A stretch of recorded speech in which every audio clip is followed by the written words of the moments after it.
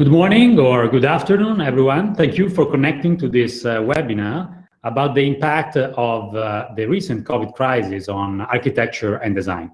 My name is Giovanni Deni de Reuser, and I lead the architectural design team within Pininfarina. My colleague Paolo from Miami will join us. Paolo, can you hear me? Hello, Giovanni. Hi, good to hear you. Good to see you. Sorry. Do you mind introducing yourself as well? Just a few words. I'm Paolo Trevisan, Head of Design and Architecture in Pininfarina of America. I've been relocated here in US almost 5 years ago from the headquarters in Torino. And now we are working here with an incredible team, enlarging our activities in the North America and also South America. Before starting, I wanted to take this opportunity for you to share some insights about why and how and when Pininfarina started doing architecture. Because I'm pretty new to Pininfarina, but I know that everything started with you in a way. Wow. Yeah, it was a very natural move from the transportation, interior design of the transportation, become designing of furniture. And somehow, with the clients start believing and seeing our presentations where we used to do not only the design of a piece, but showing already the environment. So they start asking us to enlarge and create all the interior design.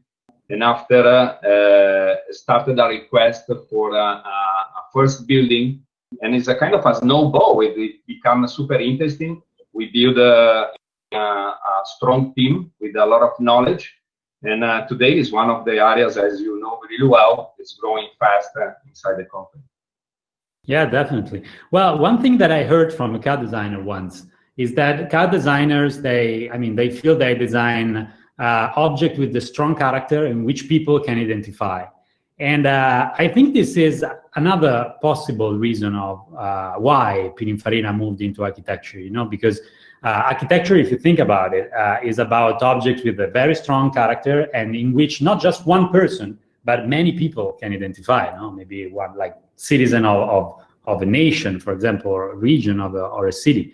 So I agree with you. I think it was pretty natural for a company with a mindset for CAD design to move into other fields of design. Obviously, not just architecture, because I think before architecture, actually, the company started diversifying also in product design and lately into experience. Okay, thank you for this. So let's go back to our, the main topic of our discussion, which is the impact that the recent crisis has had and still has on design. We always say that Pininfarina is about living and moving, and about new ways of living and new ways of moving. So I think we should, if you agree with me, we should structure our discussion within these two main topics. So starting from living, how do you think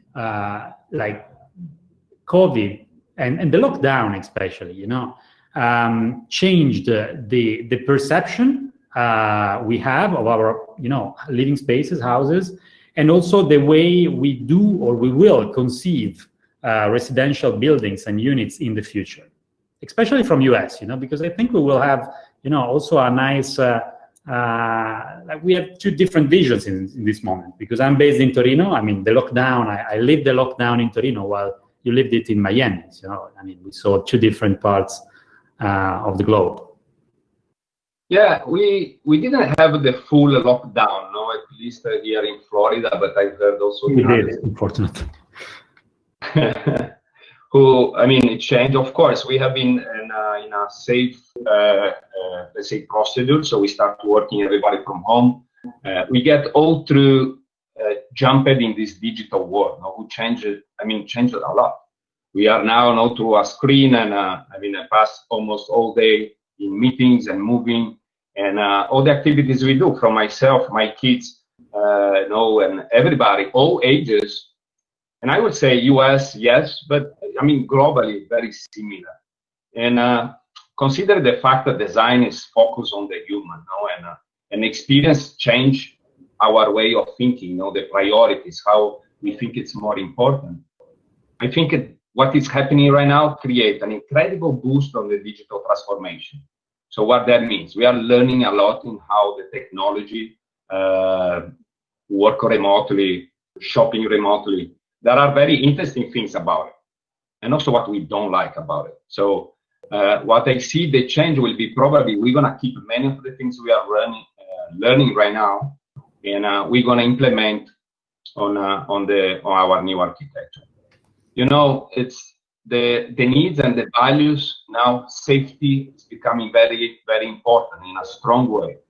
Healthy in terms of physical, but also mental. Now, when you talk about the lockdown, I mean, it's not easy, to be out of this social interaction, who we extremely believe is super, super important. So we need to find the ways to establish that in a safe mode. And I've seen here in US pretty fast reactions. You know, I went last week to a bank, and you have that technology that already see your temperature. There is control, there is mapping in the floor, and people are following the rules and kind of adapting really fast.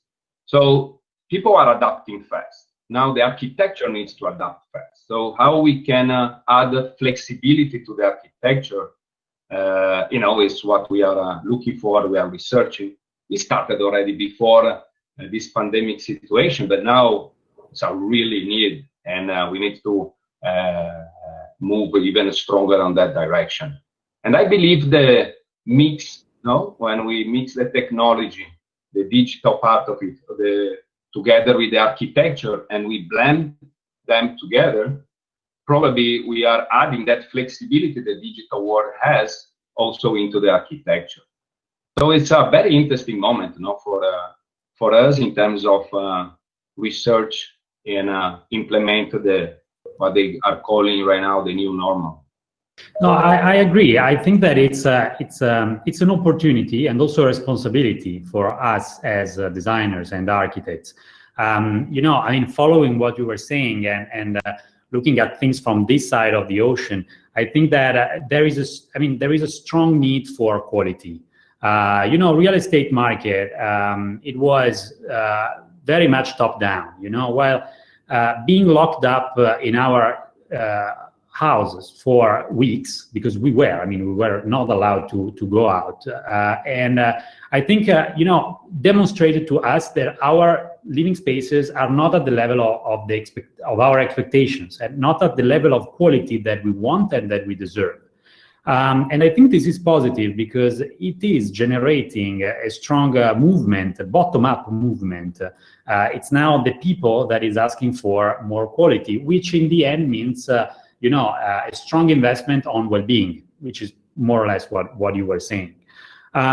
This is demonstrated also in numbers. You know, I was reading an article a few days ago, and the price of residential units with a terrace or a garden has increased by 8% in the last few months. And the value of apartments without an external area has decreased significantly, about the same, you know. So the market is already reacting, and I think this will have a strong impact also on developers, and therefore also on the way we do conceive architecture and space. Another thing that I have noticed is that, especially here in Italy, the healthcare system is moving, especially during the pandemic, into at-home care. Not sure if you can say. Can you say at-home care? Yeah. And in the sense that, the main issue was about having a lot of people in hospitals during the pandemic. So this is now changing, and they're trying to move and to get to give assistance to people at home. And we see also in the residential project we're working on that this is a need also from clients. You know, they want to have some kind of telemedicine services, or anyway services to monitor health at home. And you know, we got also some requests about having the possibility to integrate into a living space, into a private housing, you know, intensive care services, which is obviously extreme. But we see that there is a strong attention to the house and on how the house can also take care, actively take care of you. You know, I mean, this is a concept that I like very much. It's about not just curing people when they're ill, but about taking care of them. You know, we spend 98% of our time indoor, and so the indoor space must change and must you know, take care of us in a way. And this is you know, something else that I've noticed in the last few weeks talking with our clients and reading some articles and so on and so forth. So this is now very much part of our research. Yeah, no, I've seen exactly same thing here. It's incredible how, you know, somehow is a way we are coming back to our roots, you know, because the houses were bigger before, no?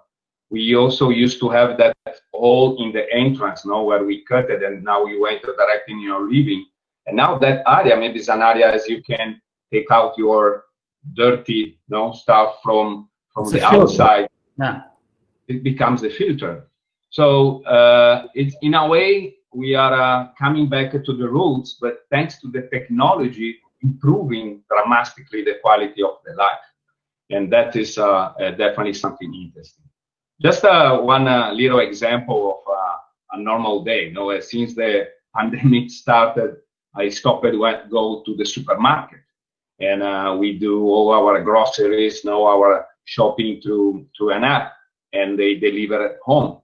Sincerely, I don't want to come back to the supermarket. No, it's something I love it, but at the same time, I'm missing what was that moment, and now redirected to go to the local market and have a different interaction, talk with eventually even the producer of that food and so on, who explain you the ingredients, and also talking about the well-being. No, is a very important and a large discussion, but you have a different relationship.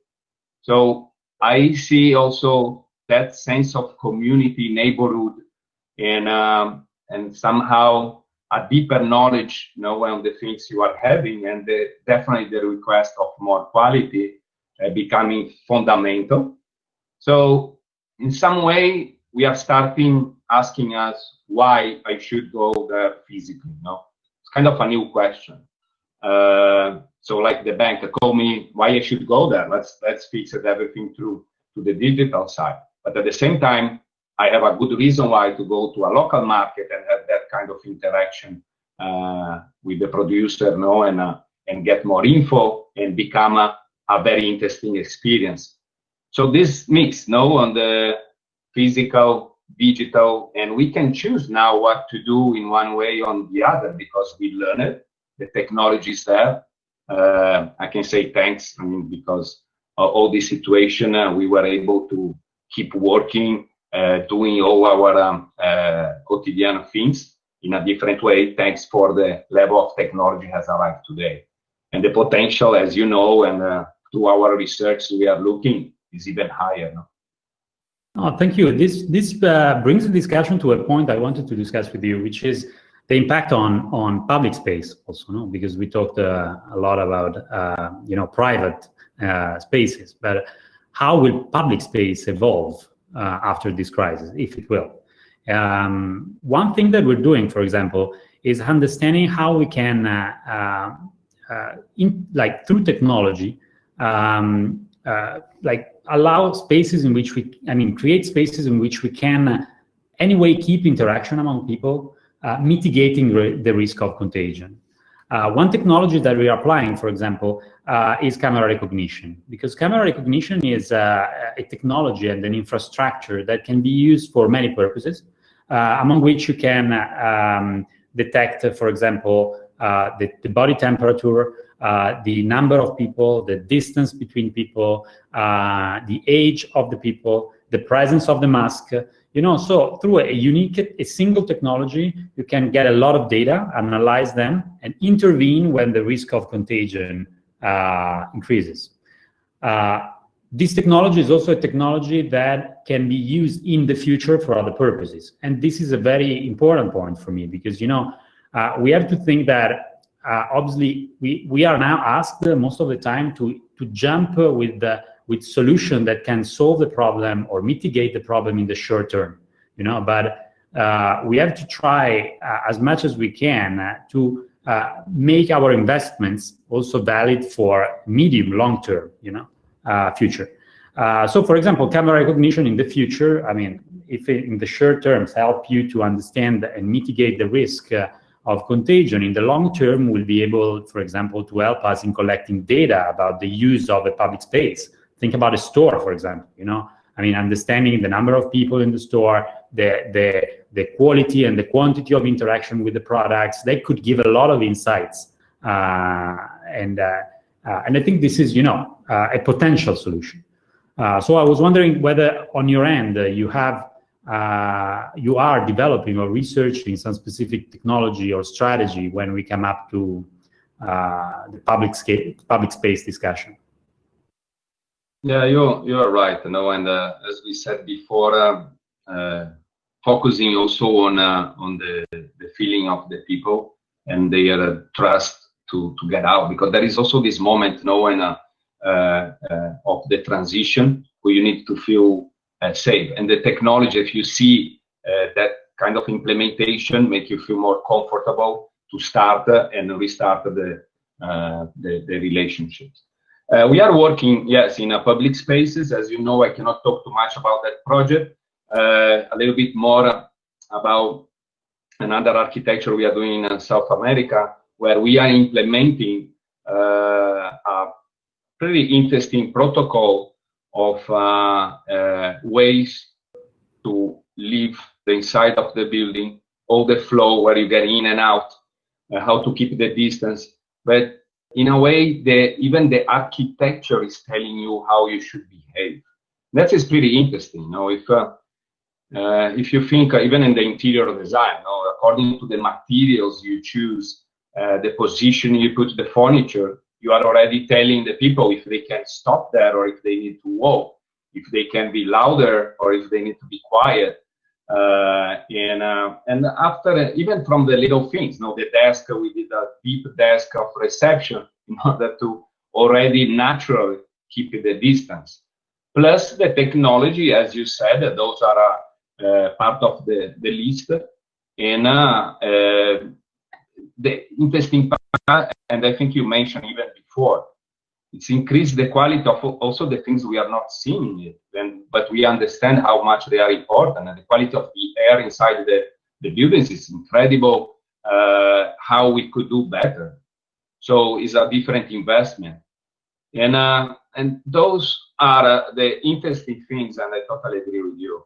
That part of the technology, that learning we are having, and the fact that now we are doing because we are forced to, it's very interesting because we are learning those things are helping us to have a better quality, but general quality, and we want to keep that on the architecture in our projects. No, that's our right to remain and to continue to expand.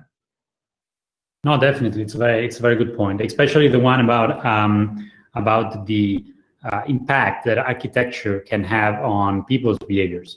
Obviously, behavioral change and facilitating behavioral changes, obviously it's very important. Also, not just for mitigating the risk, but also for environmental purposes. Because the current crisis is also creating some negative externalities. One of them is, for example, on the environment. Think about how much plastic we're now producing for masks, gloves, and so on. And another one brings me to the next main topic of the discussion, which is mobility. I'm saying negative externalities because the first effect of the pandemics, it looks like will be people moving from public mobility to private mobility. We as designers, not just me and you, but we have been designing cities for the last years with following two main principles that are density and mass transit. And mass transit, for sure, will have to change as soon, at least in the short term. Like obviously, the private car is the safer and the safest way to move. So I mean, we have seen in Italy, in Europe in general, but I think I saw something also in the US, especially in New York, that cities are starting to change, to force changes for mobility, transforming, for example, streets into pedestrian or bicycle lanes, which is nice as a strategy, and I think it's working because we want to foster the use of alternative ways and means of mobility. On the other side, you know, I was expecting a stronger integration of technology. You know, when we come up to mobility, especially to cars, you know, we expect new and emerging technologies to be applied. Well, you know, just repainting the street and riding, this is for, you know, pedestrians and this is for car. I mean, obviously respond to an immediate need, but I think we'll have to, you know, evolve and get more sophisticated in the future. The research that we're doing, for example, is about thinking the street as a dynamic element that can change over time based on the actual need of the users. Why the same street, why a street has to look the same, you know, in different moments of the day? Why the very same street cannot be, you know, a pedestrian area on Saturday or on a specific, you know, moment in time during the day? Maybe, you know, it can be a space for bicycles or for cars, or maybe a shared surface, you know, in which all the different means of mobility can coexist. And actually, technology allows to do this already, because we can easily physically reconfigure the street through digital signage. We can communicate with the users, and also we can change knowing the actual needs of the city, in the sense that we own a massive amount of data about mobility in real time, you know, and we should try to use these data to better understand how to, you know, organize and reorganize the city in real time. So, you know, this is something that we are discussing within the team, looking and reacting to what we see here in Europe and in Italy, especially. So I was curious to hear more from you. I mean, how do you see American cities that were designed, you know, around the car in a way? How are they reacting, and how do you think they will face this challenge, not just in the short and immediate term, but also in the medium long term? Yeah, no, I confirm what you said. I think the solutions are becoming very similar worldwide. You know, this kind of communication and exchange of information somehow are allowing us to go to. And somehow the US is faster on the application of the digital part and how to integrate. We have a very interesting project even here locally in Florida, the implementation of the 5G antennas, which is just part of an element of a total ecosystem who working in order to change, to apply on the traffic, but on the security and the exchange of data, collecting the information. I mean, that is the growth we are directly to. But in terms of general mobility, you know, as you were talking, and coming back a little bit of the comments before, I'm also thinking if we're gonna do a different mobility, so thanks to the fact that we have a different way to move. And that is the reason of I see very interesting, and I'm seeing here in the US a lot of growth on the mobility inside the neighborhood, who go from personal to public to and it's also not only serving the purpose to move, but also serving the purpose of identify an area as a character. At the beginning of our conversation, you talk about the importance of Pininfarina to be in the architecture, because people want to be represented by where they live, you know, or the area they are. And also the cities needs to represent their character and identification, and the mobility, the architecture, quality of life that all is part of the brand of the city.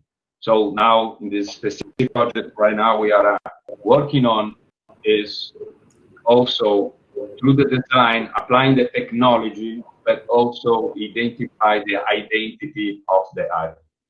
So yeah, it's many changes are happening, and these tools, I like it to see in the positive way. Of course, it's a dramatic situation has happened, but in somehow are making us receive an incredible lesson, you know, and improving our knowledge.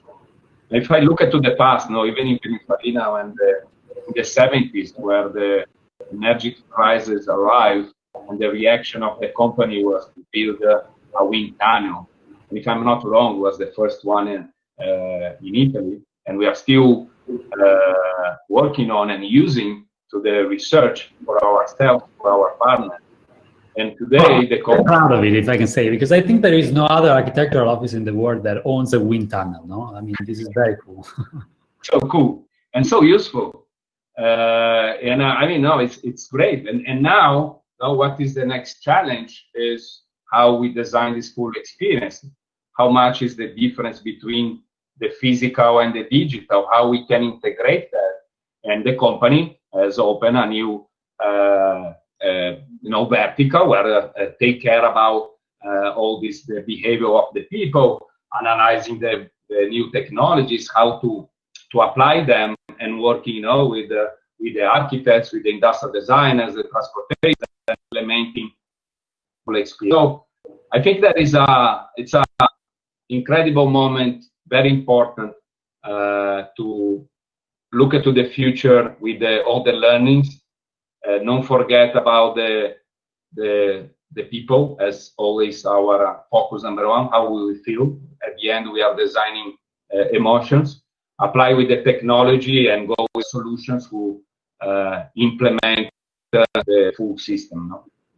Yeah, no, I agree. I mean, we have to always keep in mind, especially in this moment, that we have to apply a user-centered approach. I mean, in the end, we're designing for the people, especially when it comes to technology. We have to always keep in mind that technology is a mean to reach a positive impact on people. So the point of view must always be the one of the end user, and we want to maximize positive impact on end users. I think our time is almost finished, so I think we have to come to an end. I wanted to thank you, Paolo, for the discussion. It was very interesting, and I mean, I'm sure we will keep on exchanging ideas on these topics with the team also in the next few days and weeks. I encourage everyone that is following to reach out if you have some question, if you want to discuss something with us. You can send us a message both on Facebook, Instagram, or through the website. I thank you very much for following us. It was a pleasure, and I leave it to Paolo for saying the last few words.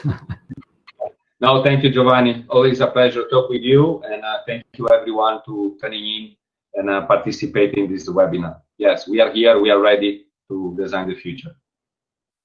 Thank you all. Bye-bye.